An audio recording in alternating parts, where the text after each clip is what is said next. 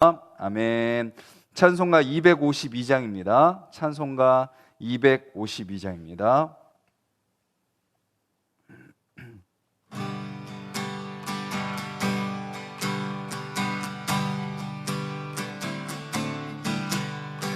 나의 죄를 씻기는 예수의 피밖에 없네.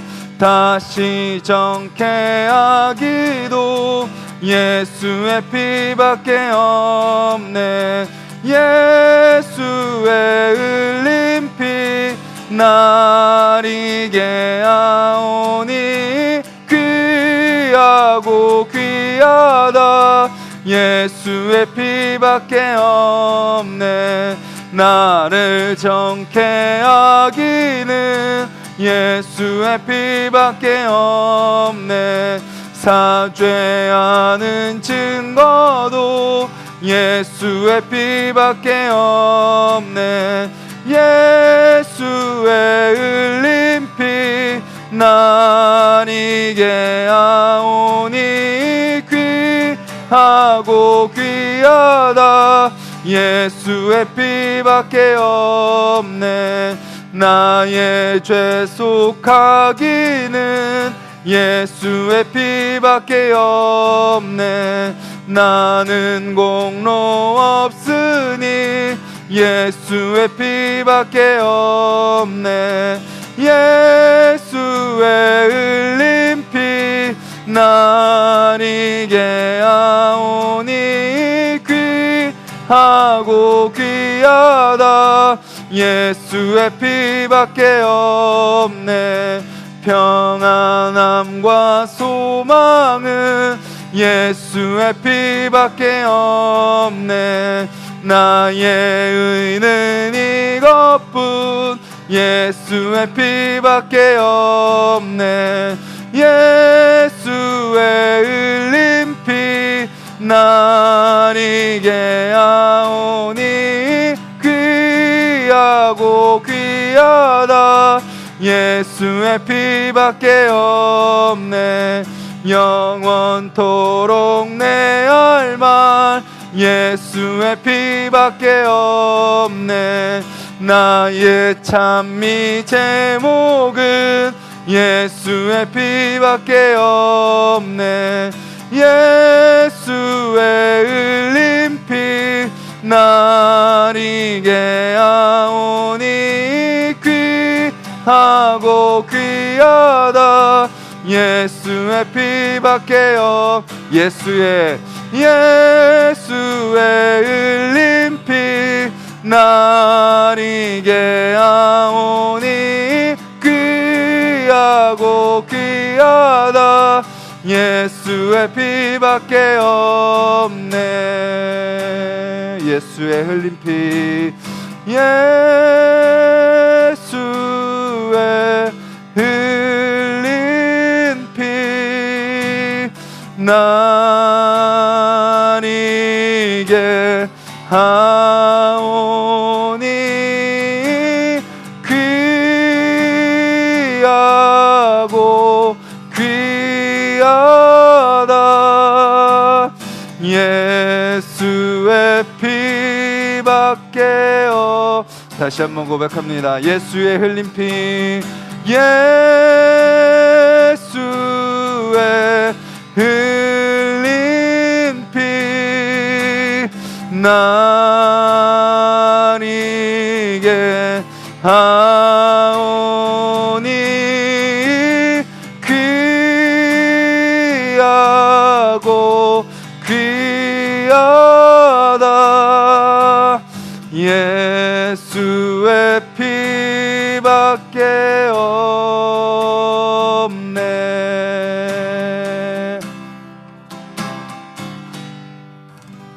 우리 찬양의 가사를 기억하면서 기도했으면 좋겠습니다. 우리가 지금 이렇게 예배드릴 수 있는 이유 주님의 피 때문입니다. 주님이 나를 위해 대신 죽어주신 그 은혜 때문입니다.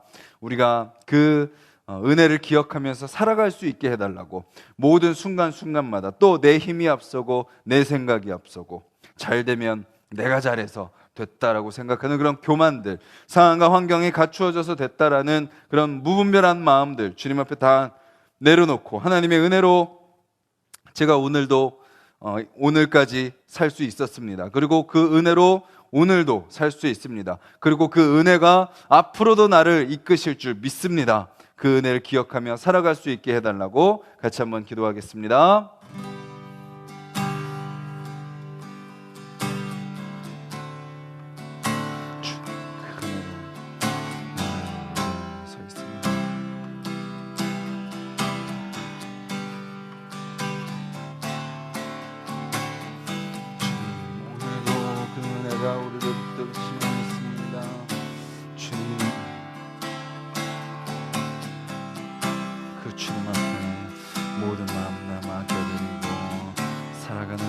삶이 될 수 있도록 주님 도와주시옵소서.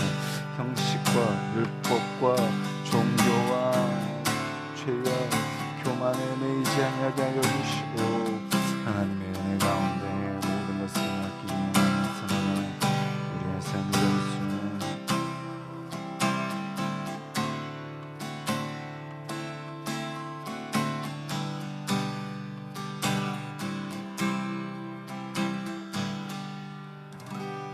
주님 감사합니다. 찬양의 고백처럼 우리가 지금 이 자리에 서 있을 수 있는 것 바로 주님의 그 귀한 보혈 때문임을 저희들 고백합니다.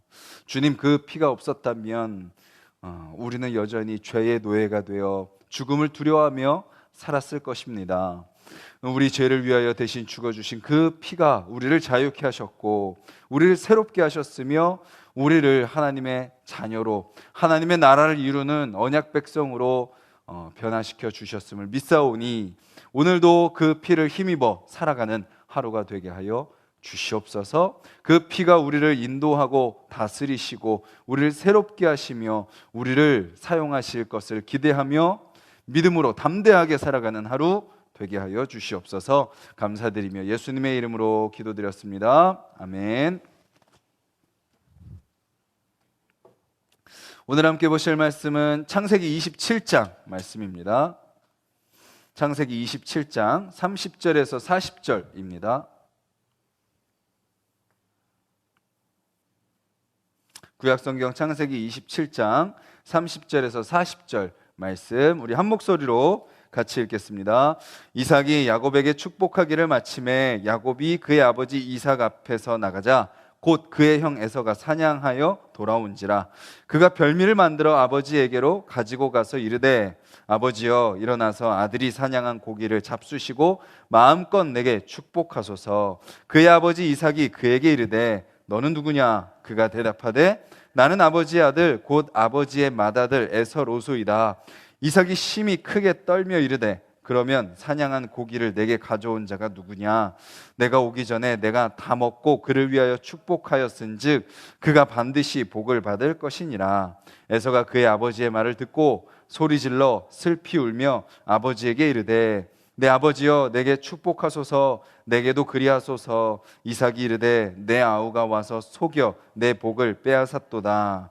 에서가 이르되 그의 이름을 야곱이라 함이 합당하지 아니하니이까 그가 나를 속임이 이것이 두 번째니이다. 전에는 나의 장자의 명분을 빼앗고 이제는 내 복을 빼앗았나이다. 또 이르되 아버지께서 나를 위하여 빌복을 남기지 아니하셨나이까.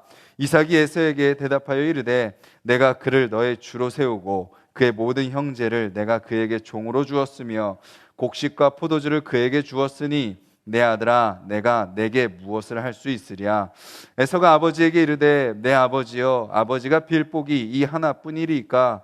내 아버지여 내게 축복하소서. 내게도 그리하소서 하고 소리를 높여 우니 그 아버지 이삭이 그에게 대답하여 이르되 내 주소는 땅의 기름짐에서 멀고 내리는 하늘 이슬에서 멀 것이며 너는 칼을 믿고 생활하겠고 내 아우를 섬길 것이며 내가 매임을 벗을 때에는 그 멍에를 내 목에서 떨쳐 버리리라 하였더라. 아멘.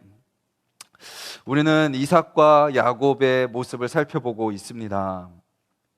어제 말씀에서 살펴본 것처럼 이삭과 야곱 또 그 형 에서 또 어머니 리브가 아버지 어머니 또 두 형제 이 가정 가운데 아무런 기대할 것이 없지만, 이 가정 가운데 하나님이 선택할 만할 모습이 하나도 보이지 않지만, 하나님의 주권적인 은혜로, 하나님의 주권적인 선택으로 그들을 선택하시고 그들을 이끄시고 그들을 통하여 하나님의 나라를 이루어 가시는 것을 우리는 살펴볼 수 있습니다.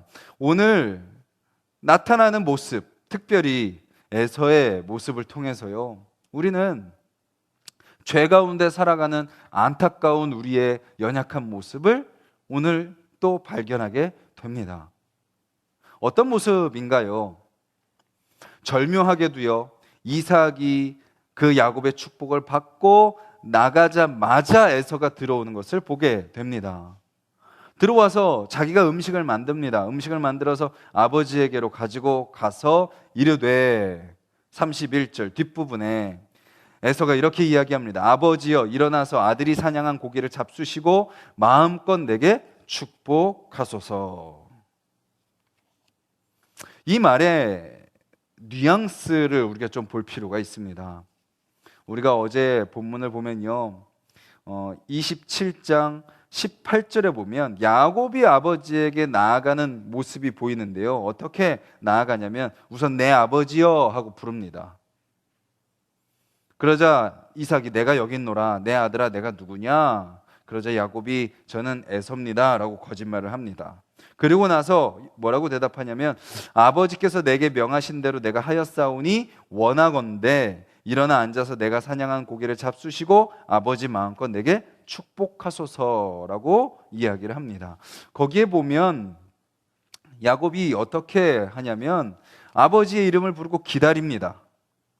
그리고 또 이렇게 이야기하죠. 원하건대, 아버지께서 원하시면 저에게 복을 주시옵소서. 조심스럽게 아버지께 나아갑니다. 그런데 오늘 본문에 나오는 에서의 모습은 어떤가요? 아버지여, 일어나소서. 아들이 사냥한 고기를 잡수시고 마음껏 내게 축복하소서. 마치 무엇과 같나요? 자기가 아버지에게 축복을 받아야 될 것이 당연하다고 생각하는 그런 모습입니다. 아버지께서 나에게 축복하는 것은 당연합니다. 그러니 제가 아버지 말씀대로 고기를 가져왔으니 드시고 축복하소서라고 이야기하는 모습. 어떤 마치 자기가 받는 은혜, 자기가 받는 축복이 당연한 것처럼 당당하게 요구하는 에서의 모습을 볼 수 있습니다. 근데 에서의 모습은 어떤 모습인가요? 우리가 어제 말씀에서도 에서가 어땠어요? 40세가 되어서 결혼을 했는데 누구를 배우자로 맞이했죠? 이방 여인 헷 사람의 두 여인을 아내로 맞이하는 에서의 모습을 보았습니다. 장자의 소유권을 가볍게 여기는 그런 모습들. 하나님의 뜻대로는 살지 않으면서 무엇은 받으려고 하는 거예요? 복은 받으려고 하는 것. 나 장자니까 복 받는 거 당연하지 않습니까? 자기에게 주어진 의무는 다하지 않으면서 권리는 누리려고 하는 모습. 그런 모습이 지금 에서의 모습인 거죠. 그런데 그 이야기를 듣고 이삭이 깜짝 놀라죠. 방금 에서인 줄 알고 축복을 했는데 진짜 에서가 온 것입니다. 그 앞에 이삭이 두려워 떨며 에서에게 말하죠. 야곱이 그 축복 다 받아갔다라고 이야기를 합니다. 그러자 에서가 듣고 소리질러 슬피 울며 아버지에게 이르되 내 아버지여 내게 축복하소서, 내게도 그리하소서. 이삭이 이르되 내 아우가 와서 속여 내 복을 빼앗았도다. 우리는 여기서 또 35절에 보면요, 이삭의 지혜 없는 모습을 보게 됩니다. 어떤 모습인가요? 사실을 이야기하는 거죠. 사실을. 맞는 말입니다. 에서의 동생 야곱이 와서 거짓말로 복을 빼앗아간 게 맞습니다. 그런데 그 사실을 에서한테 이야기하는 이 이삭의 모습을 통해서 우리는 지혜 없는 모습을 보게 되죠. 아버지의 역할은 뭐죠? 중재입니다. 화해입니다. 두 아들 다 살리는 겁니다. 지금 이 상황 속에서 이삭이 이야기한 것이 사실은 맞습니다. 그런데 사실을 있는 그대로 이야기한 결과가 무엇인지 아버지는 생각해 봐야 되는 거죠.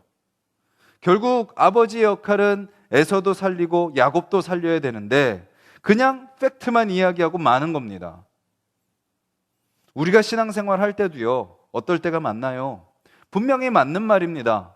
이것이 옳은 말입니다. 이렇게 가는 것이 맞다고 생각해요. 그런데 그 모든 말 속에는 뭐가 담겨 있어야 돼요?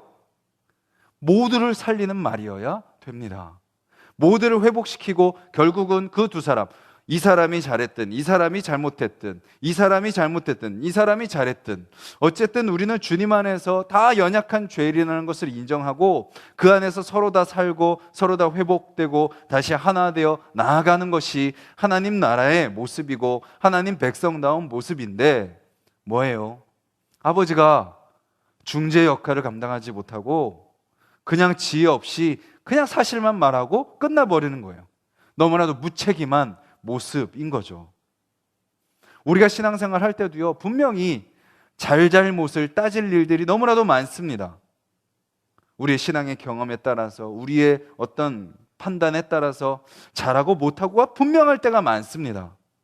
근데 그리스도인들은 어떻게 해야 되나요? 하나님의 사랑의 마음으로 하나님의 은혜로 바라볼 수 있어야 됩니다. 때로는 단호하게 말해야 될 때도 있습니다. 잘못됐다, 틀렸다 라고 이야기해야 될 때도 있습니다. 그런데 그렇게 이야기하기 위해서 우리 안에 뭐가 먼저 채워져야 돼요? 하나님의 사랑과 하나님의 은혜와 그 십자가의 보혈이 우리 안에 채워지고 나서 기도하고 나서 조심스럽게 이야기해야 되는 거죠. 지혜 없이 영적인 무분별함 가운데 그냥 사실만 이야기함으로 오히려 형제 사이를 더 갈라놓는 아버지의 안타까운 모습을 우리는 보게 되죠. 거기에 대해서 에서가 또 어떻게 반응하나요? 36절에 이렇게 이야기합니다. 그의 이름을 야곱이라 함이 합당하지 않습니까? 그가 나를 속임이 이번이 두 번째 아닙니까? 첫 번째는 내 장자의 명분을 뺐더니 이번에는 내 복을 빼앗았습니다. 여기서 나오는 또 죄의 특징은 뭔가요? 우리나라 속담 중에 이런 속담이 있습니다. 잘 되면 제 탓, 못 되면 조상 탓. 잘 되면 다 누가 잘한 거예요? 내가 잘한 거고, 안 되면 누가 잘못하신 거예요? 우리 토속 문화, 토속 신앙에 의하면 조상이 우리에게 제대로 안 해줬다라고 생각하는 거죠. 그러니까 잘 되면 내 탓이고 안 되면 누구 탓이에요? 남 탓인 것입니다. 맞죠? 한편으로는 맞습니다. 야곱이 에서에게 장자권을 팔라고 한 거 맞습니다. 그런데 장자권을 가볍게 여긴 사람은 누구죠? 자기 자신이죠. 다른 사람에게 그 모든 책임을 떠넘기는 그런 모습. 죄의 특징, 남 탓. 근데 하나님의 은혜를 누린 사람은 뭐라고 이야기해요? 다 내 탓입니다 라고 이야기를 하죠. 다른 사람의 책임을 떠넘기고 다른 사람의 잘잘못을 따지기 전에 하나님의 은혜를 깨닫고 하나님의 말씀 앞에 서는 사람은 누구를 먼저 돌아보나요? 나 자신을 먼저 돌아봅니다. 다른 사람의 눈에 있는 티를 바라보기 전에 내 안에 있는 들보를 바라보는 거죠. 그것이 하나님의 은혜를 깨닫고 하나님의 말씀 앞에 서 있는 사람의 모습이라면 오늘에서는 철저하게 자기 자신의 연약함, 자기 자신의 잘못됨, 자기 자신의 죄는 돌아보지 못하고 다른 사람의 탓만 하고 다른 사람의 연약함만 들춰내는 그런 우리의 연약한 죄의 모습을 보여주고 있는 것입니다. 에서가 절규하죠. 저에게도 복을 한 가지라도 주십시오. 그런데 이삭이 뭐라고 대답하나요? 이 복은 물을 수 없다라고 이야기합니다. 왜 물을 수 없을까요? 아니, 에서에게 그래도 하나라도 주면 좋잖아요. 하나라도 어떻게 좀 줄 수 없을까요? 이삭의 축복은 되돌릴 수 없습니다. 왜 그런가요? 그 복이 누구의 복이기 때문이에요?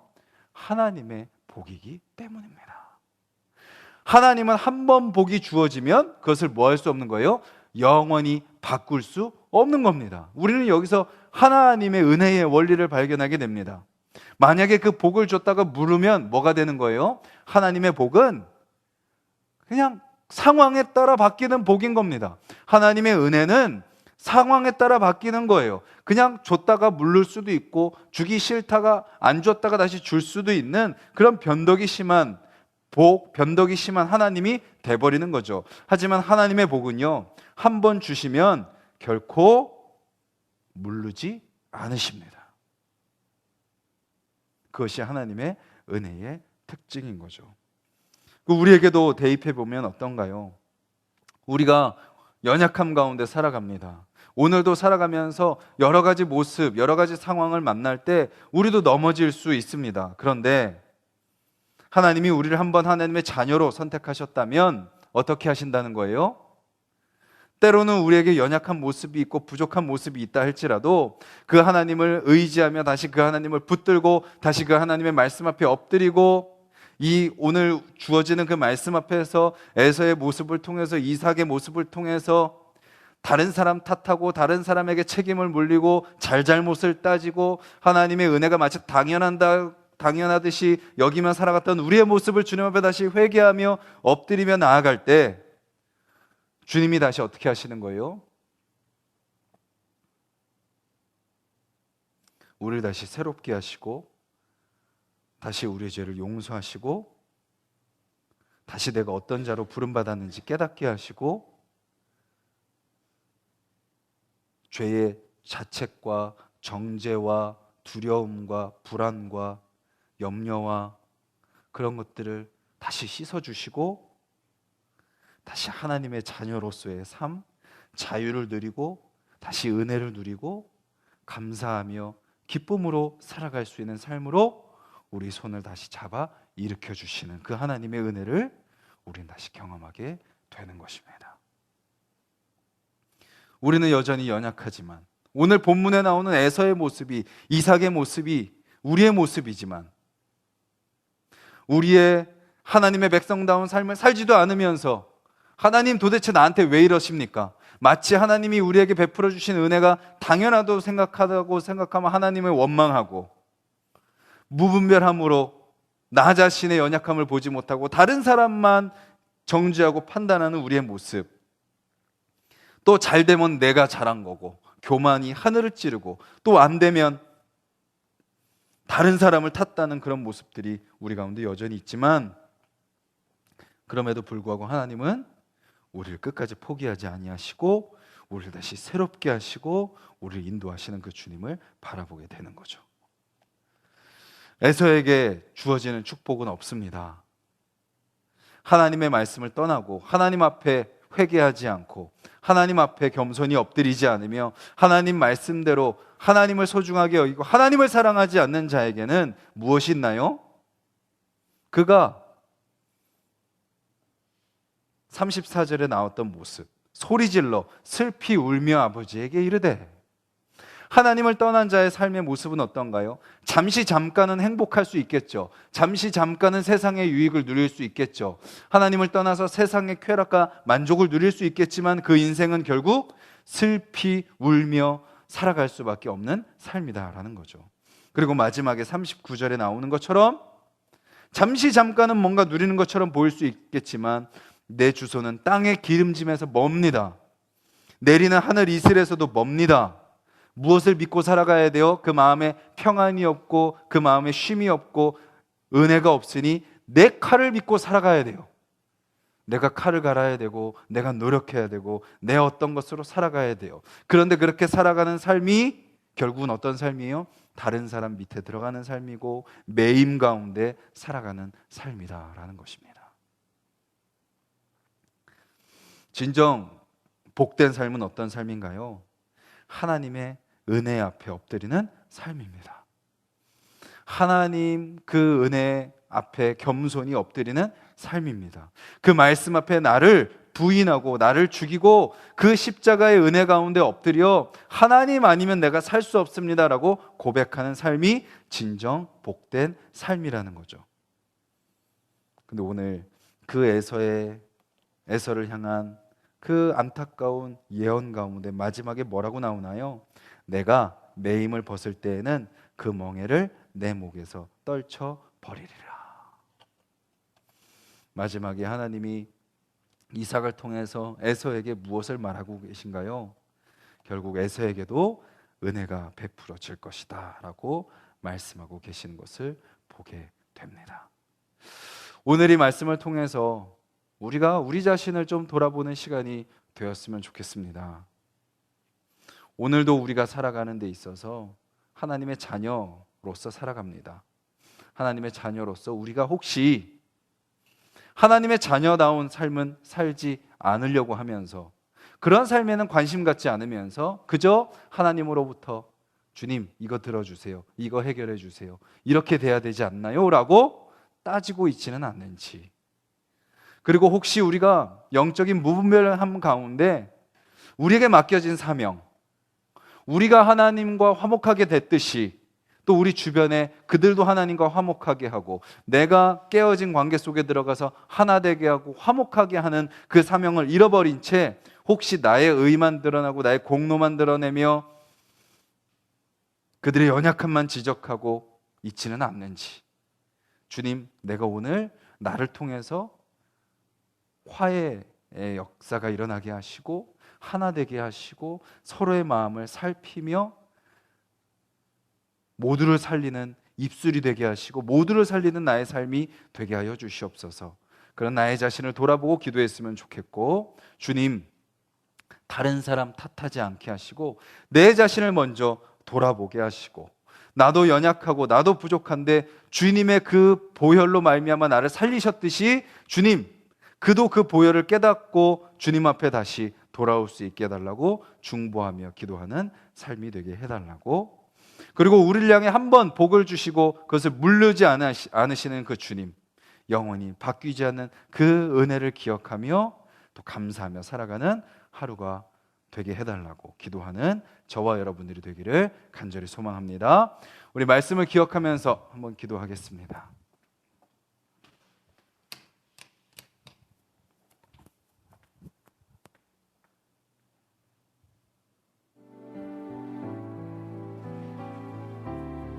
우리의 모습을 돌아보면서 기도하셨으면 좋겠습니다.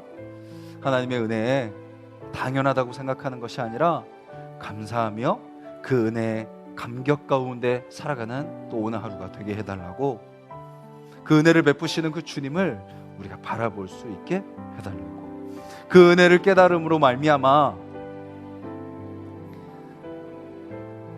우리의 입술이 다른 사람을 상처 주고 아프게 하는 입술, 우리의 삶이 아니라 살리고 중재하며 화목해 하는 우리의 입술과 우리의 삶이 되게 하여 주시옵소서. 주님, 내 인생을 다른 사람 탓만 하는 것이 아니라 내 자신을 먼저 돌아보게 하시고, 그리고 나에게 베풀어 주신 그 십자가의 은혜를 기억하며 오히려 상대방에게 공로를 돌리고 상대방에게 감사하며 오히려 서로를 세우는 우리의 삶이 되게 하여 주시옵소서. 그렇게 살 수 있는 이유는 우리가 넘어지고 깨지고 연약한 자들이지만 우리를 선택하시고 자녀 삼으시고 우리에게 은혜를 베푸시며 우리를 새롭게 바꿔가시는 그 주님의 물을 수 없는 그 복이 있기 때문임을 기억하며 그 주님의 은혜 가운데 거하는 하루가 되게 해달라고 기도하시고, 주님 또 우리 가정이 그런 사명을 감당하는 가정 될 수 있게 하여 주시고, 또 우리 교회가 그런 사명을 감당하는 교회 되게 하여 주시옵소서. 서로도 은혜를 서로에게 베풀고 서로도 세우고 서로도 하나 되는 우리 공동체가 되게 해달라고, 그래서 죄로 가득한 세상, 악하고 음란한 세상 속에서 하나님의 은혜, 하나님의 사랑을 온전히 전하는 통로로 쓰임받는 우리 교회가 되게 하여 주시옵소서. 기도해 주시고 이 나라와 열방을 위해서 또 중보해 주시고 또 우리 각자의 기도 제목을 놓고 기도하도록 하겠습니다.